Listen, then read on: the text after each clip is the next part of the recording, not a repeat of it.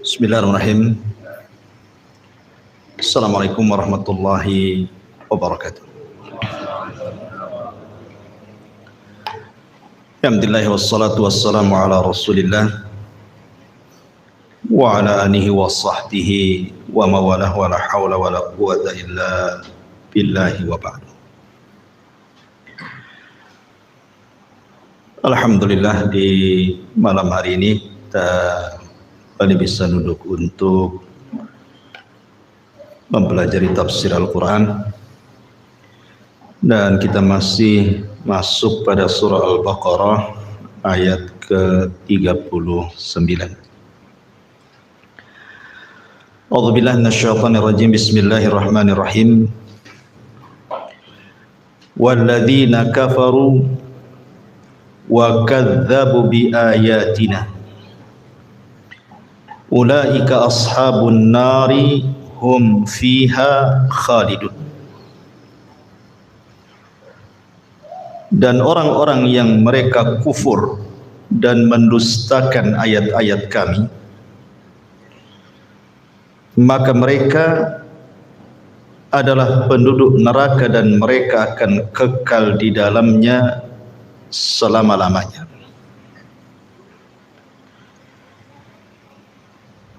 Ma'asyiral muslimin yang dimuliakan Allah Azza wa Jalla, ayat ini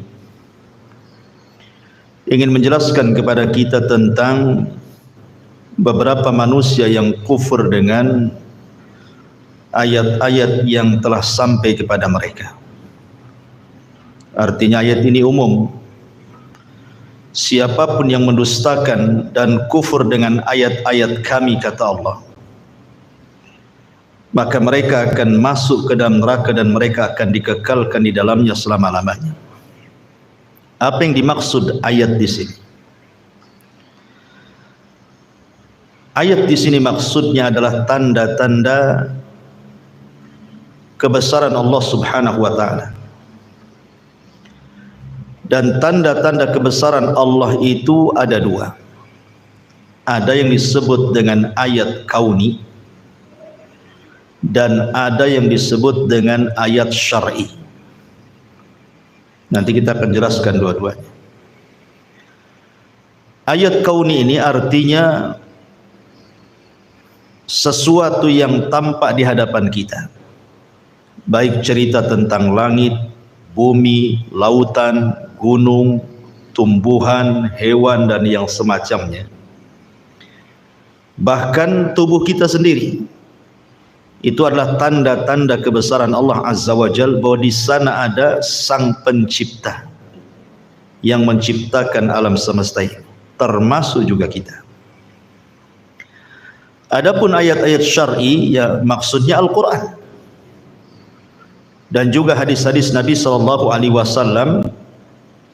yang menunjukkan tentang keesaan Allah Subhanahu wa taala. Kita akan bentangkan dua perkara ini. Ma'asyiral muslimin yang dimuliakan Allah Subhanahu wa taala. Pertama kita bicara tentang ayat-ayat syar'i. Kita tahu bahwa alam semesta ini tidak mungkin tercipta begitu saja. Pasti ada yang menciptakan. Bagi orang-orang yang berfikir, tentu akan langsung percaya bahwa alam ini tidak mungkin tidak kecuali ada yang menciptakannya. Di dalam Al-Quranul Karim banyak sekali ayat-ayat yang menjelaskan tentang ciptaan Allah ini, dan baru kemudian tersingkap hari ini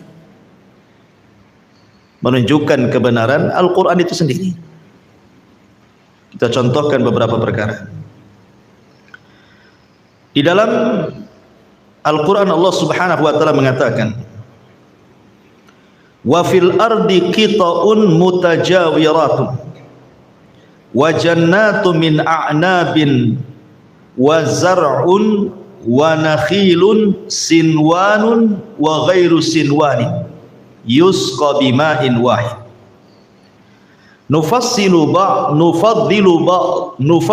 ba'daha ala ba'din fil ukuli Inna fi dzalika laayatil liqaumin ya'qilun. Dan di bumi terdapat bagian-bagian yang berdampingan, kebun-kebun anggur, tanaman-tanaman, pohon kurma yang bercabang dan yang tidak bercabang, disirami dengan air yang sama, tetapi kami lebihkan tanaman yang satu dari yang lain dalam hal rasanya. Sungguh pada yang demikian itu terdapat tanda-tanda kebesaran Allah bagi orang-orang yang mengerti. Perhatikan antum di sekitar kita ini. Di sekitar kita kan banyak tuh pepohonan tuh berbagai macam jenis. Ada mangganya, ada rambutannya, ada durennya, ada salaknya, macam-macam lah buah-buahan itu. Ketika Allah Subhanahu wa taala turunkan hujan, yang turun itu airnya sama. Dari langit itu sekali turun hujan kan, yang menyirami di sini juga sama dengan yang menyirami di sana. Anggap saja satu kota Batam ini hujan. Berarti air hujan yang di sini juga sama dengan air hujan yang di Batu Aji, yang di Bengkong, yang di Nagoya, yang di Jodo, sama saja. Tapi ketika kemudian air itu menumbuhkan tumbuhan, kemudian menumbuhkan pepohonan dan berbuah, kok rasanya beda? Kan beda tuh rasanya. Jangan lagi cerita berbeda pohon. Satu pohon mangga saja kadang-kadang beda rasa, padahal dialiri dan disirami dengan air yang sama kan. Pertanyaannya, siapa yang membuat cita rasa yang berbeda itu? Kalau bukan Allah Subhanahu wa taala. Berarti kan ada yang membuat buah-buahan itu berbeda rasa. Mungkin satunya agak kecut, satunya masam, satunya manis, satunya bercampur aduk nano-nano, kan begitu ya. Kan berbeda-beda. Pertanyaannya, siapa yang ngasih rasa kok beda-beda? Itu satu pohon, jangan cerita banyak pohon dan banyak jenis gitu kan. Berarti kan ada itu yang meletakkan rasa dalam buah-buahan yang kita makan itu. Siapa yang meletakkannya? Kalau bukan Allah Subhanahu wa taala. Menunjukkan bahwa di sana ada tanda-tanda kaun bahwa ada sang pencipta alam semesta ini. Contoh yang lain. Dalam surah An-Nahl ayat 15 Allah mengatakan, "Wa alqa fil ardi rawasiya an tamida bikum wa anharan wa subulan la'allahum tahtadun." Dan dia menancapkan gunung di bumi agar bumi itu tidak goncang bersama kalian. Dan dia menciptakan sungai-sungai dan jalan-jalan agar kamu mampu mendapatkan petunjuk. Ketika ayat ini turun, kan belum ada penelitian. Di zaman itu belum ada alat-alat. Di zaman Nabi SAW ketika ayat ini turun kan. Dari mana taunya gunung itu menjadi pasak bumi coba?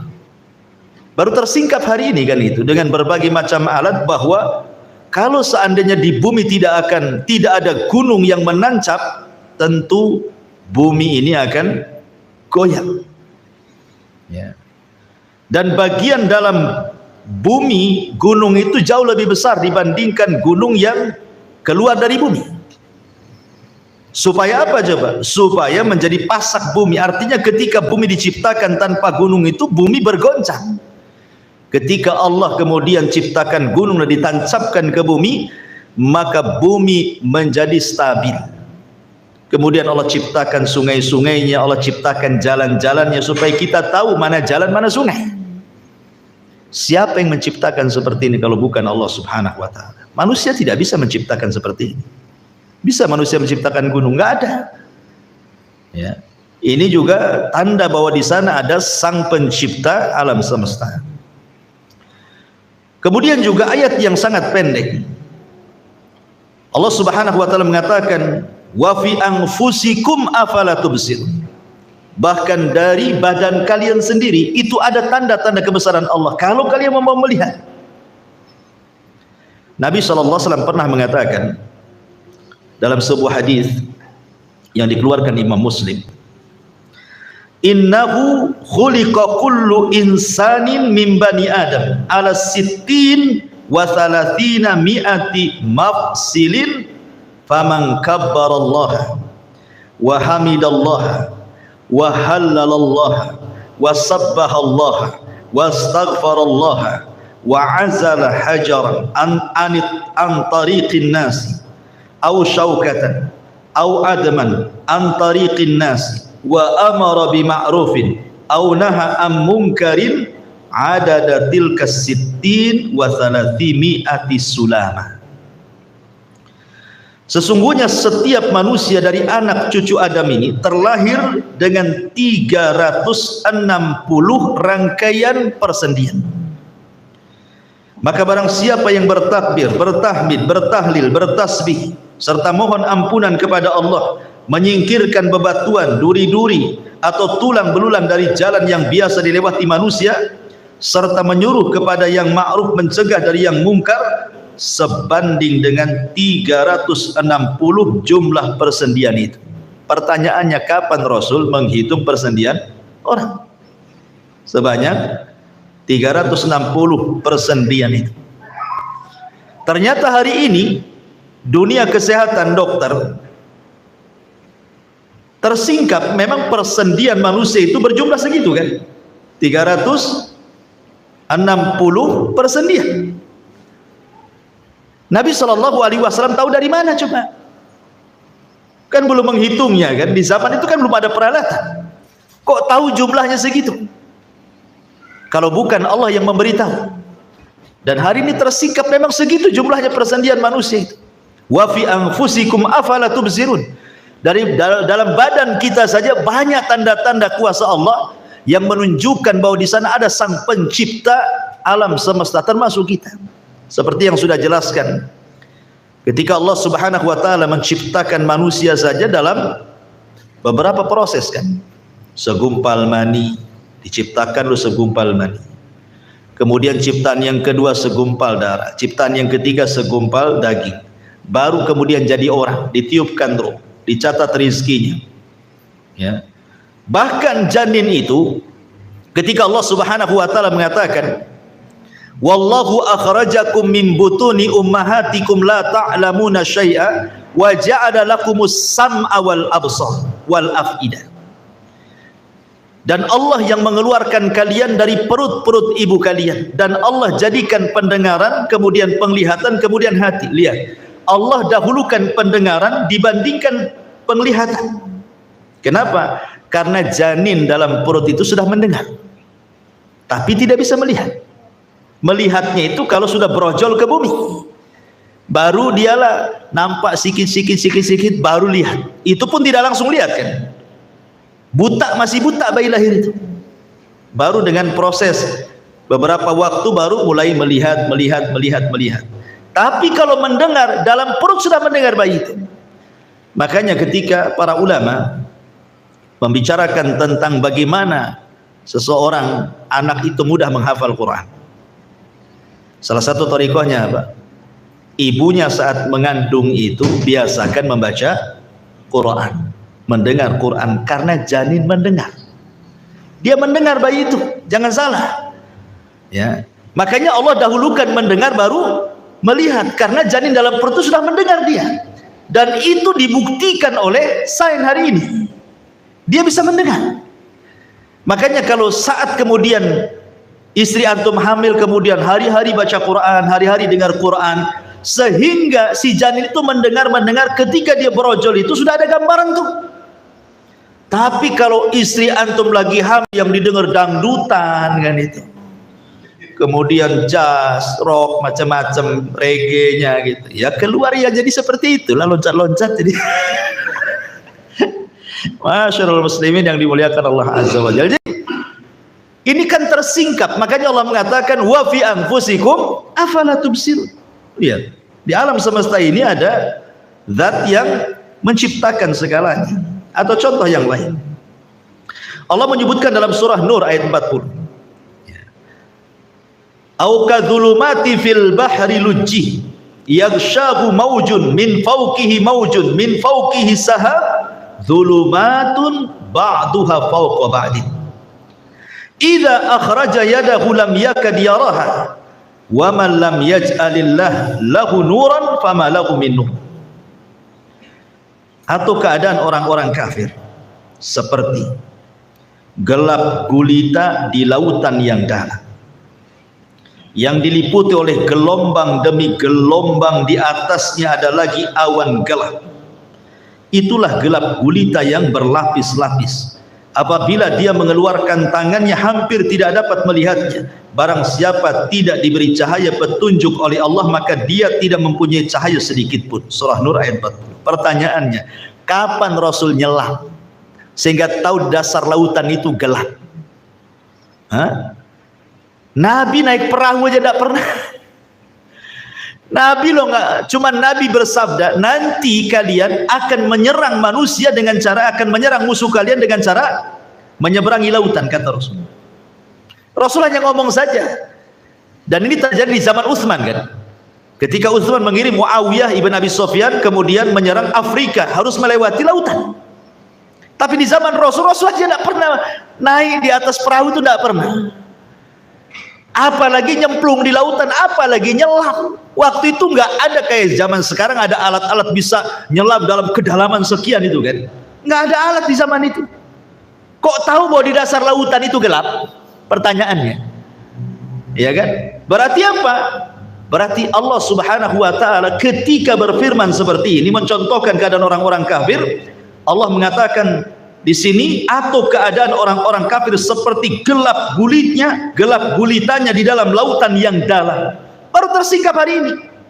Banyak penyelam barat itu yang dengan alatnya mereka masuk ke lautan, memang gelap di dalam itu. Nah ini siapa yang menggelapkan lautan? Kok tahu? Ya kan? Berarti di sana ada Sang Khalik, pencipta alam semesta. Atau contoh yang lain. Ya. Allah Subhanahu wa taala berfirman di dalam surah Al-Hajj ayat 65. Alam tara annallaha sakhkhara lakum ma fis samawati wa alam tara annallaha sakhkhara lakum ma fil ardi wal fulka tajri fil bahri bi amri yumsikus sama an taqa'a 'alal ardi illa bi idzni innallaha bin nasi laraufur rahim. Tidakkah engkau memperhatikan bahwa Allah menundukkan bagimu untuk manusia apa yang ada di bumi dan kapal yang berlayar di lautan dengan perintahnya, dan dia menahan benda-benda langit agar tidak jatuh ke bumi melainkan dengan izinnya. Sesungguhnya Allah Maha Pengasih lagi Maha Penyayang. Ikhwan, seorang antariksa naik ke atas. Di zaman itu kan nggak ada yang bisa naik keluar bumi, nggak ada alatnya. Pakai apa? Zaman sekarang sajalah kan, mulai ada pesawat luar angkasa kan itu. Naruhlah satelit-satelit di atas langit itu kan begitu. Jadi ada seorang antariksa bercerita bahwa setelah dia keluar dari bumi itu, dia melihat bumi dari atas. Kok bumi itu kok nggak jatuh? Dia kan modelnya kan ya namanya ngambang begitu. Seperti kita ngangkat bola, bola ini akan diam kalau kita ada talinya di atas, kita pegang. Kan itu ya. Ya, ambil tali, bolanya kita tali, kita pegang, maka bola ini akan diam saja kan itu. Tapi kalau talinya lepas dia akan jatuh kan. Pertanyaannya ini, kok bisa bumi itu tidak jatuh? Siapa yang megang itu padahal nggak ada talinya tuh? Itu loh maksudnya ya. Ya siapa lagi kalau bukan Allah kan begitu ya. Manusia tidak bisa menahan bumi. Menahan bumi, langit juga tidak jatuh. Kenapa langit tidak jatuh? Makanya Allah Subhanahu wa taala ketika bicara soal langit, apa kata Allah Subhanahu wa taala? Allah menceritakan tentang langit. Perhatikan, Allah Subhanahu wa taala berfirman, afala yamduruna ilal ibili kaifa khuliqat. Tidakkah mereka memperhatikan unta bagaimana diciptakan? Wa ilas sama kaifa rufi'ah, dan langit bagaimana ditinggikan. Langit itu ikhwan dalam bentuk bangunan. Langit kan bangunan. Ya, wassama banainah, dan langit itu kami bangun. Jadi langit itu bukan awan, dia bangunan. Ya. Kalau saya analogikan itu, antum buat rumah di dak. Ya. Pertanyaannya, nih kalau kita ngedak rumah nggak ada tiangnya, roboh nggak daknya? Roboh.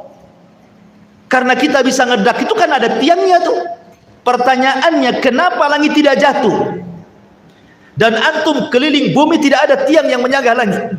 Siapa yang menyanggahnya gitu maksudnya?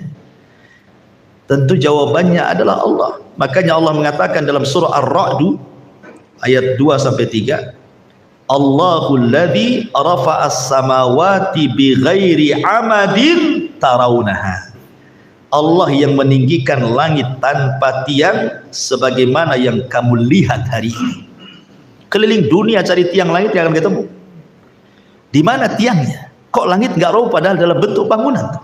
Siapa yang menahannya? Allah. Nah, gitu.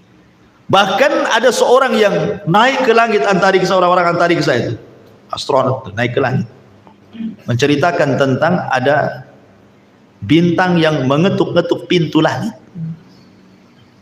Heran dia. Kita orang Islam tidak heran karena Allah mengatakan was-sama'i wat-thariq. Ya, was-sama'i wat-thariq. Quran sudah mengatakan memang ada bintang yang mengetuk-ngetuk kan begitu ya. Enggak perlu diteliti pun kita yakin. Tetapi dengan adanya penelitian itu makin yakin bahwa di sana ada sang pencipta Allah subhanahu wa ta'ala, dan itu kebesaran dari tanda-tanda Allah, tanda-tanda kebesaran Allah subhanahu wa ta'ala. Bahkan ada satu ayat di dalam surah Al-Anbiya 30, Allah mengatakan awalam yaral ladzina kafaru anna as-samawati wal arda kanata ratqan fafataqnahuma wa ja'alna minal ma' kulla syai'in hayyin afala yu'minun. Dan apakah orang-orang kafir itu mengetahui bahwa langit dan bumi keduanya dahulu itu menyatu, kemudian kami pisahkan antara keduanya, dan kami jadikan segala sesuatu yang hidup berasal dari air, maka mengapa mereka tidak beriman? Antum pernah mendengar teori Big Bang? Pernah kan? Ya, teori Big Bang. Ya. Di sini Al-Quran sudah menjelaskan. Tanpa ada teori itu, Al-Quran sudah menjelaskan teorinya di sini. Dulu langit dan bumi itu nyatu, makanya ada istilah ratkun wa fatkun wa falkun. Nah, ulama mengistilahkan seperti itu. Ratkun, fatkun, falkun. Kul a'udzu birabbil falak, falkun. Apa maknanya? Pertama, langit dan bumi itu ratkun, dia nyatu. Kemudian terjadi Big Bang, pecah, blar, pisahlah langit dan bumi. Kemudian falkun, kul a'udzu birabbil falak. Falak itu apa? Terbelah. Karena sesuatu yang tumbuh itu awalnya terbelah. Ya kan? Antum nanam biji, terbelah dulu biji itu baru tumbuh. Apapun yang tumbuh itu pasti terbelah dulu. Ini teori, ya kan? Termasuk manusia keluar pun dia terbelah dulu kan gitu ya. Intinya bahwa bagaimana Al-Quran sudah bicara tentang teori itu sebelum banyak orang yang meneliti tentang langit dan bumi, menunjukkan bahwa kebenaran Al-Quran, bahwa di sana ada sang Khalik yang menciptakan alam semesta. Ini disebut ayat namanya, ayat kauni. Ma'asyiral muslimin yang dimuliakan Allah subhanahu wa ta'ala. Kemudian juga Allah subhanahu wa ta'ala mengatakan dalam Al-Quran, alladzi khalaqas sab'a samawatin tibaqa ma tara fil khalqir rahmani min tafawut farji'il basar hal tara min futur. Yang menciptakan 7 langit, 7 lapis langit, dia tidak akan kamu lihat sesuatu yang tidak seimbang pada penciptaan Allah itu. Jadi ketika Allah menciptakan langit dan bumi itu semua seimbang. Bahkan bukan hanya langit dan bumi, kita aja dibuat seimbang. Tangan itu tidak ada panjang sebelah. Maksudnya orang sehat lah kan itu ya. Mata itu tidak ada yang kemudian tidak sejajar, nggak mungkin satu di pipi satu di atas. Kayak apa tuh bentuknya? Kaki juga sama, sebab kaki kalau panjang sebelah susah jalan tuh.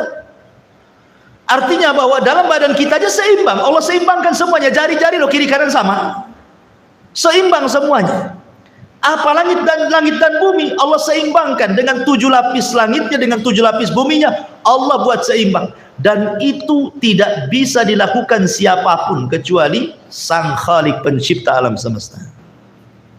Ma'asyiral muslimin yang dimuliakan Allah Subhanahu wa taala. Kemudian Allah mengatakan juga di dalam Al-Qur'an, Huwallazi ja'ala asy-syamsa diya'an wal qamara nuran wa qaddarahu manazila li ta'lamu 'adada as-sinina wal hisab.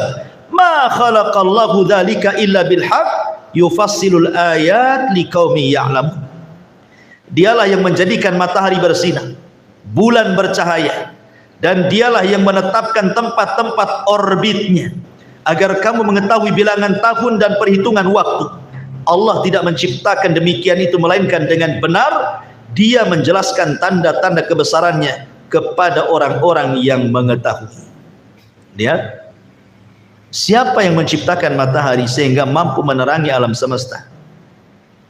Makanya sering saya katakan, walaupun satu PLN, siapa yang bisa menerangi satu bumi ini dengan PLN? Gak akan bisa, gak ada ceritanya. Tapi satu matahari bisa terang semuanya, masuk ke rumah-rumah, masuk ke gua-gua, ke gorong-gorong, ke ya Allah, ini nikmat dari Allah. Siapa yang membuat cahaya sebesar itu gitu ya matahari, sehingga satu matahari bisa menerangi satu bumi, itu kan luar biasa. Sementara listrik aja tidak bisa menerangi seterang matahari.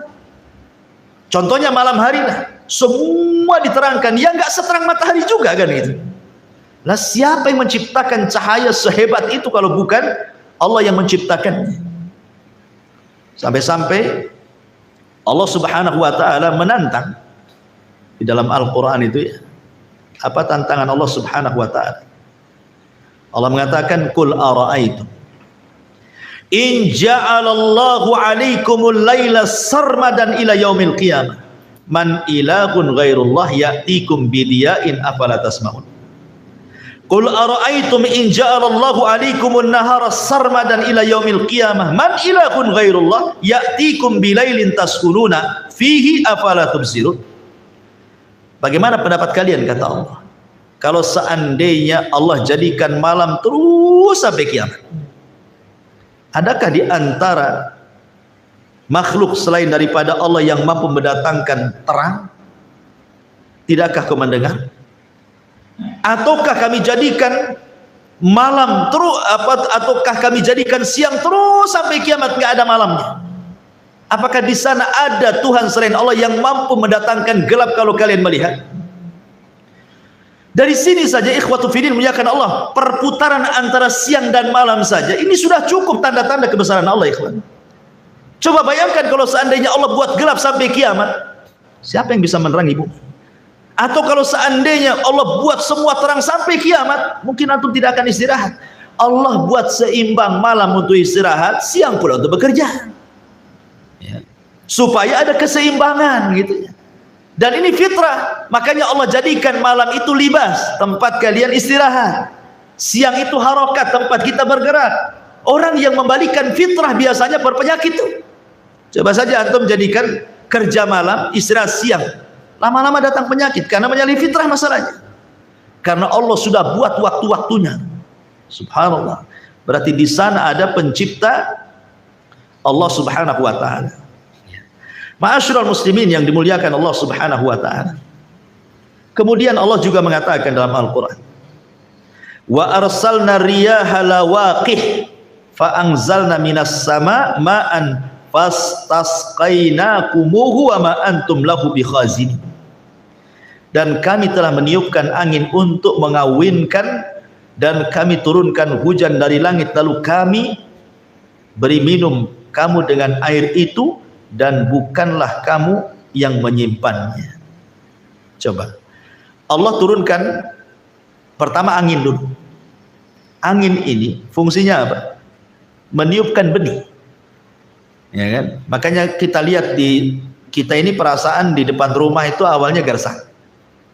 Tahu ketika turun hujan kok ada pohon kemangi di situ.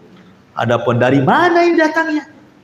Perasaan istri antum tidak nabur kemangi di situ. Kok ada tumbuh kemangi, tumbuh macam-macam di situ kan? Rumput-rumput apa kan yang untuk obat herbal tuh. Lalu siapa yang naruh bijinya di situ? Hah? Angin yang entah dari mana-mana angin itu bawa benih taruh pula di situ. Entah pohonnya yang di sana ke bawah angin tahu-tahu jatuhnya di sini kan? Siapa yang mengantarkan itu loh? Angin. Siapa yang memutarkan angin? Allah. Gitu maksudnya. Kemudian ketika turun hujan, kemudian masuk ke bumi, kok kenapa airnya tersimpan pula dalam bumi itu? Bahkan di Bekong Nusantara itu kan dulu saya tinggal di situ. Kan itu bukit tuh ke atas Bekong Nusantara itu. Saya gali sumur di rumah itu kan tinggi. 5 meter sudah ada airnya. Kemudian di bawah lagi yang jalan tuh pada kalau di meter tuh dari jalan bawah ke atas itu maulah 100 meter lebih tuh nanjaknya. Ketika digali 5 meter juga itu ada air. Kok bisa kan? Di atas digali 5 meter ada air, di bawah pun pada sudah 100 meter itu kerendahannya 5 meter juga dia ada air kan? Harusnya kalau kita mengikuti teori air itu apa? Mengalir ke yang rendah kan? Itu teori air kan?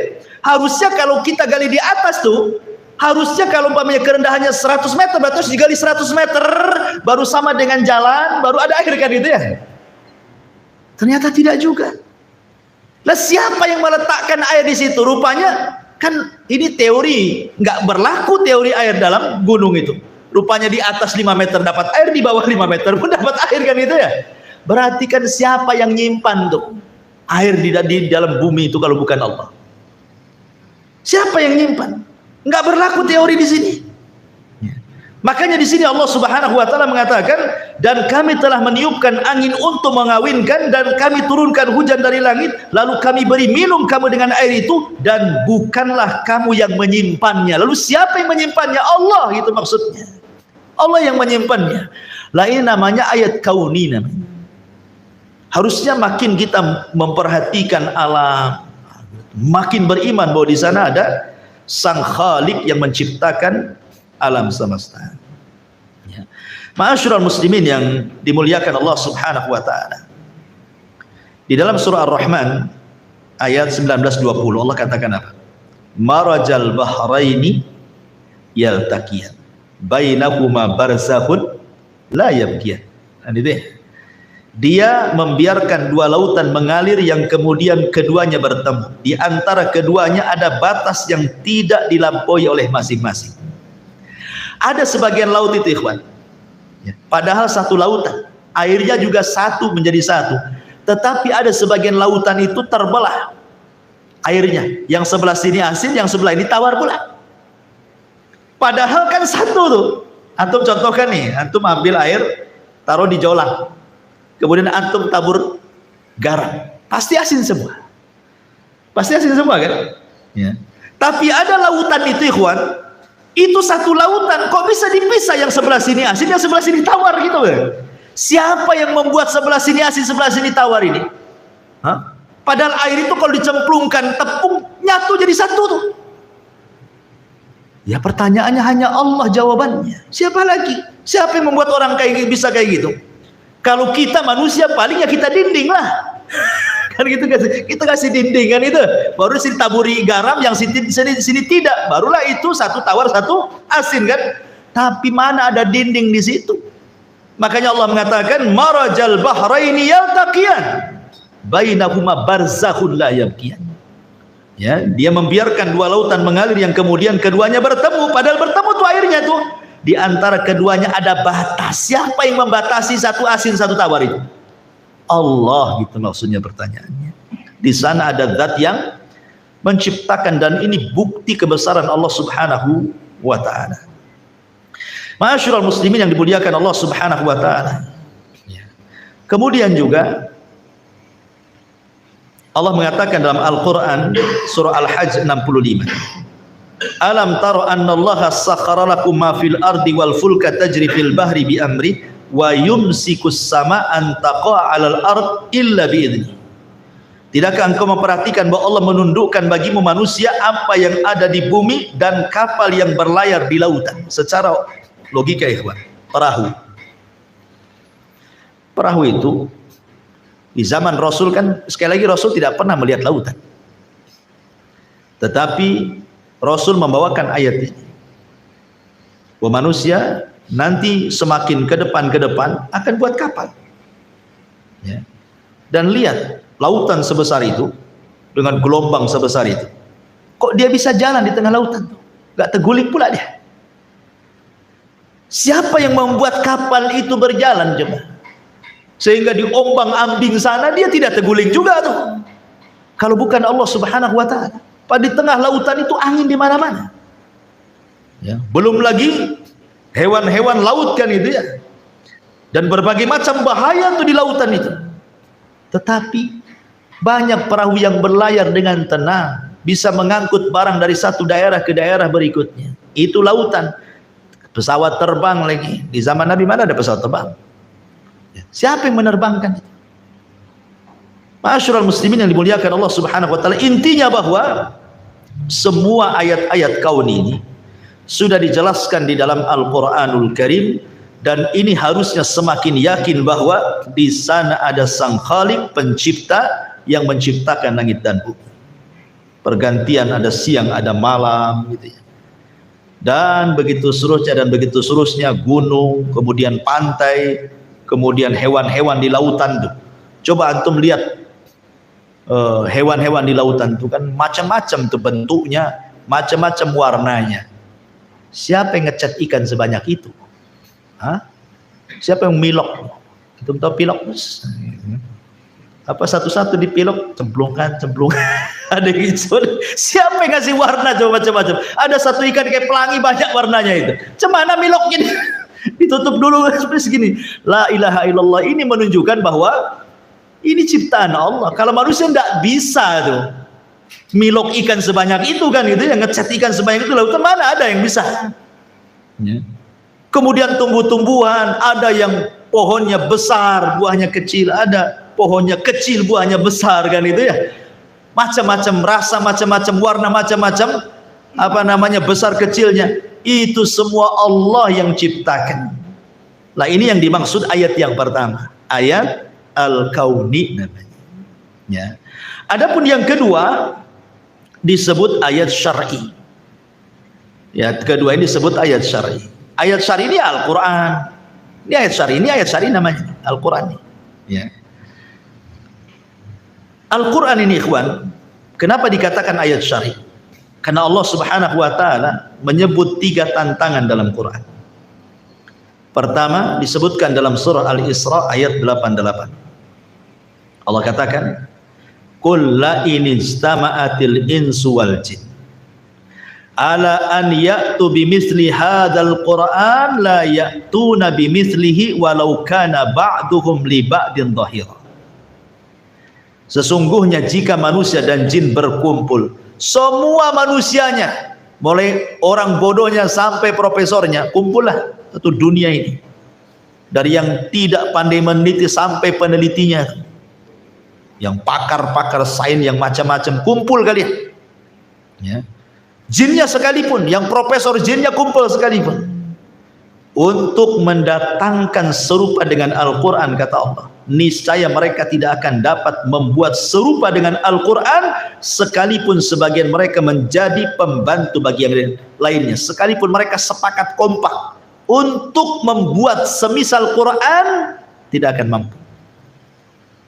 Oke lah, kalau Quran sih ketebalan. Sekarang kita kurangi, jangan satu Quran, 10 surat saja dalam Quran.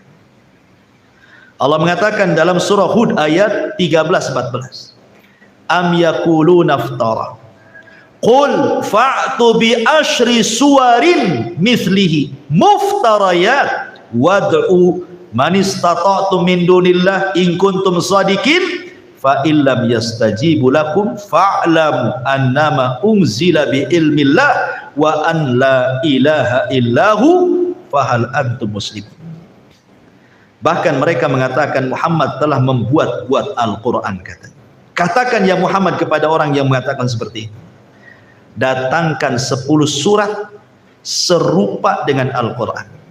Panggil orang-orang yang kamu sanggup selain daripada Allah, jika kamu memang orang-orang yang benar. Jika mereka yang kamu seru itu tidak menerima seruanmu itu, maka ketahuilah sesungguhnya Al-Quran itu diturunkan dengan ilmu Allah, dan bahwasanya tidak ada Tuhan selain Dia, maka maukah kamu berserah diri? Lihat, okelah, mendatangkan satu Quran ketebaran. Allah minta 10 ayat saja. Kumpulkan manusia dan jin, buat 10 surat saja. Kalian tidak akan sanggup. Okelah, 10 surat kebanyakan. Dikurangi lagi. Ya. Perhatikan surah Yunus ayat 38. Am yaquluna iftara. Qul fa'tu bi suratin mithlihi wad'u man istata'tum min dunillahi in kuntum shadiqin. Atau mereka mengatakan Muhammad telah membuat-buat Quran. Katakan ya Muhammad kepada mereka, cobalah datangkan sebuah surat seumpama Al-Quran. Panggil siapapun yang dapat kamu panggil selain Allah, jika kamu benar. Lihat, 3 tantangan. Pertama, buat satu Quran, kalian tidak akan sanggup. Dikecilkan lagi, buat 10 surat, kalian tidak akan sanggup. Sekarang 1 surat aja lah. Kurang apa? Mereka pun tidak sanggup 1 surat pun. Menunjukkan bahwa Al-Quran itu bukan buat-buatan Nabi. Quran ini adalah dari Allah, dan itu menunjukkan bahwa di sana ada yang berbicara Allah Subhanahu wa taala. Inilah kalamnya. Al-Quran itu kalam Allah. Karena dia kalam Allah, tidak ada yang sanggup menyerupai kalam Allah. Banyak orang yang berusaha untuk meniru Al-Quran, tidak bisa. Dari zaman Nabi kita kenal Musailamah Al-Kadzdzab, berusaha untuk meniru ayat dalam Al-Quran, diketawakan rekannya sama orang kafir, Amr bin As, dan mengatakan, wallahi inni la'alamu annaka kadhib, aku tahu kau ini pendusta. Padahal satu rekannya sama-sama musyrik, didustakannya Musailamah Al-Kadzdzab. Ya. Ma'asyiral muslimin yang dimuliakan, dan bukti bahwa Quran ini datang dari Allah, Quran ini membawa hidayah. Ya. Coba lihat, banyak orang-orang yang cukup mendengar Al-Quran bisa masuk Islam, nggak paham isinya apa, dia hanya dengerin enak, tahu-tahu masuk ke dalam kolbunya, tahu-tahu masuk Islam. Dia hanya dengar Quran saja bisa masuk Islam. Bahkan di zaman Rasul ada seorang sahabat namanya Zubair ibn Mut'im radhiyallahu anhu. Zubair ibn Mut'im radhiyallahu anhu. Zubair ibn Mut'im ini dendam sama Nabi karena banyak saudara-saudaranya, keluarganya yang mati di perang Badar dan dibunuh oleh tentara kaum muslim. Dendam, akhirnya Zubair ingin membunuh Nabi. Akhirnya kemudian dia berniat untuk membunuh Nabi, datang sendiri ke kota Madinah. Dia bawa pedangnya, kemudian datang dari Mekah ke Madinah sembunyi-sembunyi. Saat itu Rasul sedang sholat maghrib. Tiba-tiba kemudian pedang sudah disiapkan. Ingat, masjid di zaman Nabi bukan kayak kita, ada dinding, ada pintu, ada jendela, blong sana sini. Itu masjid Nabi. Siapapun bisa masuk, siapapun bisa nusuk kan itu. Ketika itu menunggu waktu gelap, pas pula sholat maghrib. Itu Zubair ibn Mut'im ini sudah sembunyi-sembunyi, sudah dekat jarak dia dengan Nabi. Tiba-tiba dia meresapi apa yang dibaca Nabi. Ketika itu Nabi membaca surah Toha.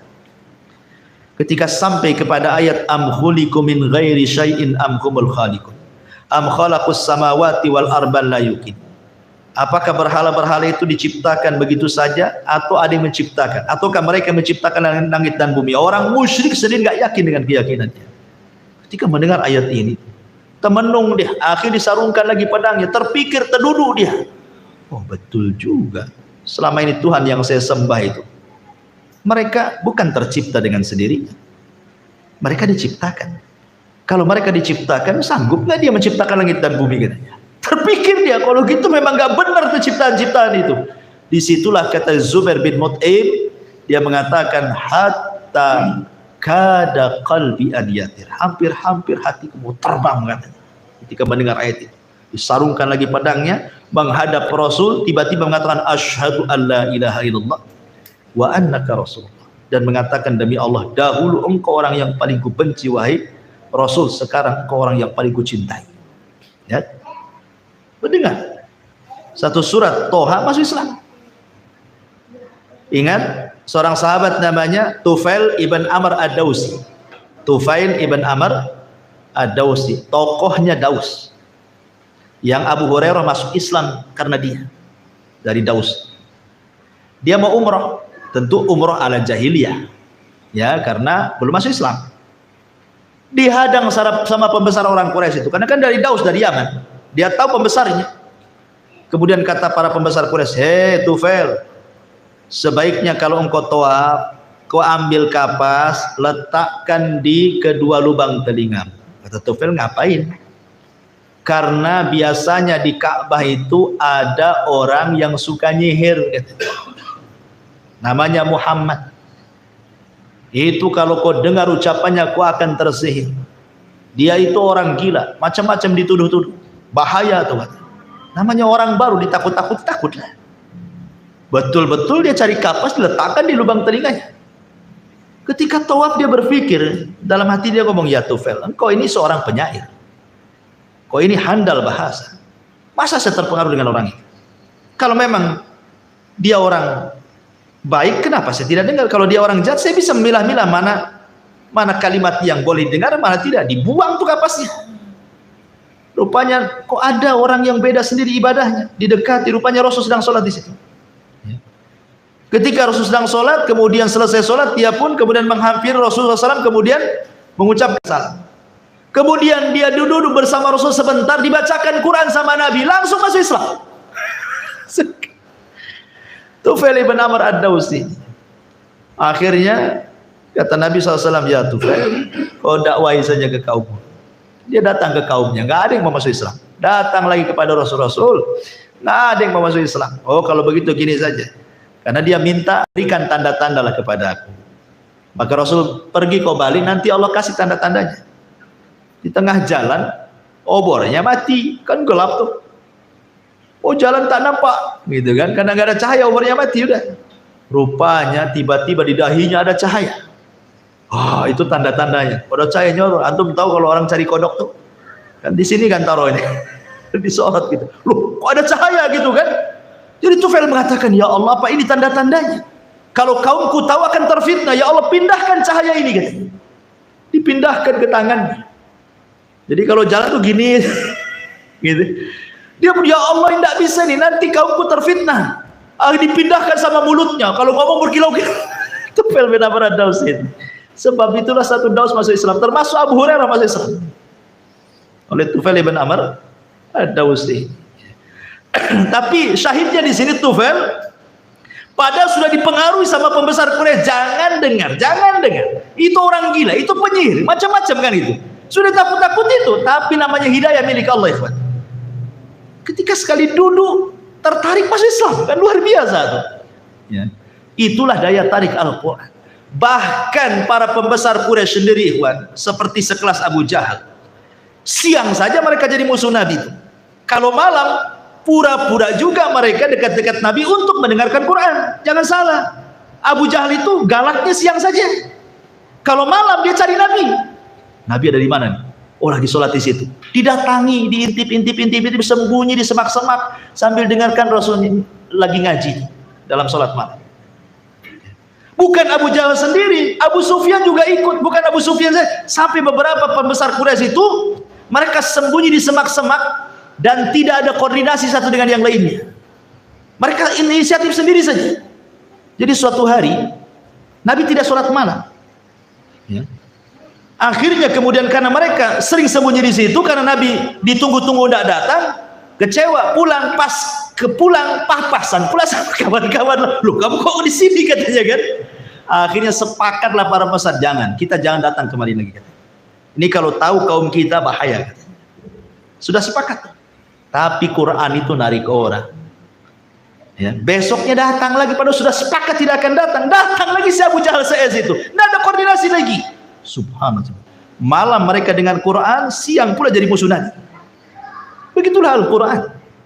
Kalam Allah. Karena ini bukan kalamnya Rasulullah, ini kalam Allah. sehingga membawa daya tarik, dan itulah disebut dengan ayat namanya. Ya. Makanya kalau sudah jelas-jelas ayat kauni menunjukkan ketuhanan, ayat syar'i lebih jelas lagi, kok enggak mau beriman pula? Makanya Allah ancam di sini, walladzina kafaru wa kadzdzabu biayatina ulaika ashabun nar hum fiha khalidun. Ya. Orang-orang kafir atau orang-orang yang kufur dan mendustakan ayat-ayat kami, maka mereka termasuk ashabun nar. Mereka akan dimasukkan ke dalam neraka. Hum fiha khalidun. Karena telinga mereka sudah tuli, pandangan mereka sudah buta. Summun bukmun umyun fahum la yarjun. Coba ayat kauni saja di depan kita, masa enggak berpikir bahwa di sana ada sang pencipta selain Allah. Makanya pernah saya ceritakan tentang kisah Abu Hanifah kan, yang berdebat dengan orang ateis, ya kan? Yang sederhana saja alasan Abu Hanifah. Kata Abu Hanifah, maaf saya telat datang ketika dalam perdebatan depan hakim. Ya, harusnya pagi datang sore, kata Abu Hanifah. Maaf saya telat. Kenapa? Karena di tengah jalan ada peristiwa yang menurut saya aneh sekali. Kalau mau dengar saya ceritakan gitu. Ceritakan aja lah katanya. Ya. Abu Hanifah mengatakan begini, saya ke tempat Anda berdebat ini harus melewati sungai. Ya. Sementara perahu tak ada, jadi saya nunggulah perahu itu. Ketika menunggu perahu, kok aku lihat ada pohon tumbang sendiri, kemudian terserut sendiri, kemudian setelah terserut sendiri, kemudian terangkai jadi kapal sendiri. Aku pun naik di atas kapal, tiba-tiba kapal itu berjalan sendiri, katanya. Sampai mengantarkan aku ke sini, katanya. Oh, kata orang ateis ini, kau ini ya sudah telat, dusta lagi, katanya. Sebenarnya perdebatan sudah selesai. Kenapa? Orang ateis kan mengingkari tidak ada pencipta, tetapi dia mengatakan dusta kepada Abu Hanifah. Yang nggak mungkin lah Abu Hanifah, pasti ada yang nebang, pasti ada yang nyerut, pasti ada yang buat kapal, pasti ada nahkodanya. Loh, kalau pohon saja tidak mungkin jadi perahu kecuali yang nebang. Lah, alam semesta ini masa nggak ada penciptanya? Gitu loh sederhananya, gitu ya. Ya. Sebenarnya Abu Hanifah ketika mereka mengingkari sudah selesai debatnya tuh, kan sudah kalah mereka. Karena orang ateis itu kan mengingkari tidak ada Tuhan kan. Ya tidak mungkin, mustahil lah. Itu mereka sendiri mengatakan mustahil, kok ada pohon tertebang sendiri, terserut sendiri, terangkai kapal sendiri, jalan sendiri, kan mustahil. Loh, kalau masalah sepele, masalah kapal saja mustahil kecuali ada yang buat. Ini masalah langit, masalah bumi, masalah lautan, masalah gunung, masalah hutan. Masa tiba-tiba begitu saja? Ya, pasti ada penciptanya.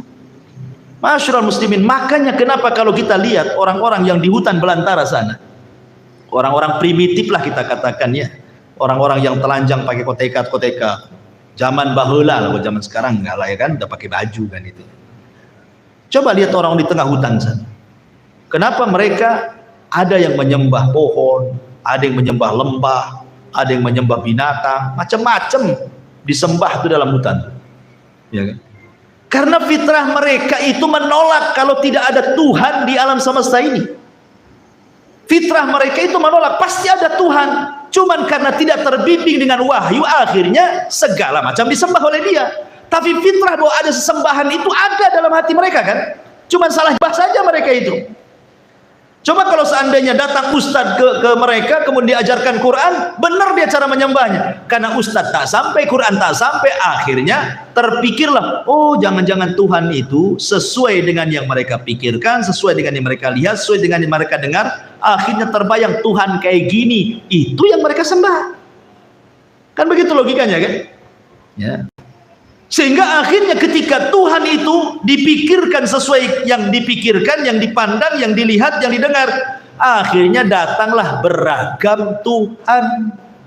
Kata orang ini mengatakan, oh Tuhan itu orang, dibentuklah kayak orang. Yang lain mengatakan, enggak, dia seperti binatang, dibuatlah kayak binatang. Enggak, Tuhan ini kayak pohon, dibuatlah kayak pohon. Nah, namanya cara berpikir orang beda-beda kan itu. Ya. Ketika salah menetapkan Tuhan, salah pula cara penyembahnya. Oh, nyembah Tuhan itu harus ambil lidi dibakar, itulah nyembah. Yang lain enggak, Tuhan enggak suka gitu, dia suka buat, taruhlah sesajen buah-buahan gitu. Macam-macam orang itu kan. Karena sudah salah dari awal menetapkan Tuhan, berakhir salah menyembahnya. Alhamdulillah kita ini umat Islam ada bimbingan dari Rasulullah. Dengan datangnya Quran, dengan datangnya hadis-hadis sahih menjelaskan siapa Tuhan kita dan bagaimana cara penyembahnya, sehingga lurus dengan fitrah kita. Kullu maulud yuladu 'alal fitrah. Ya. Jadi intinya bahwa kenapa Allah kemudian sediakan neraka dan dikekalkan di dalamnya bagi orang yang kufur dan mendustakan ayat-ayat? Karena ayat-ayat Allah itu sangat jelas, sangat gamblang. Baik ayat yang nampak di depan kita ataupun yang ada di Quran. Kok masih kufur gitu maksudnya? Ya keterlaluan lah. Makanya Allah mengatakan walladzina kafaru wa kadzdzabu biayatina ulaika ashabun nar hum fiha khalidun. Mudah-mudahan ada manfaatnya. Insyaallah kita ketemu dengan kesempatan. Subhanakallahumma bihamdika asyhadu an la ilaha illa anta astaghfiruka wa atubu ilaik. Allahu ta'ala. Assalamualaikum warahmatullahi wabarakatuh.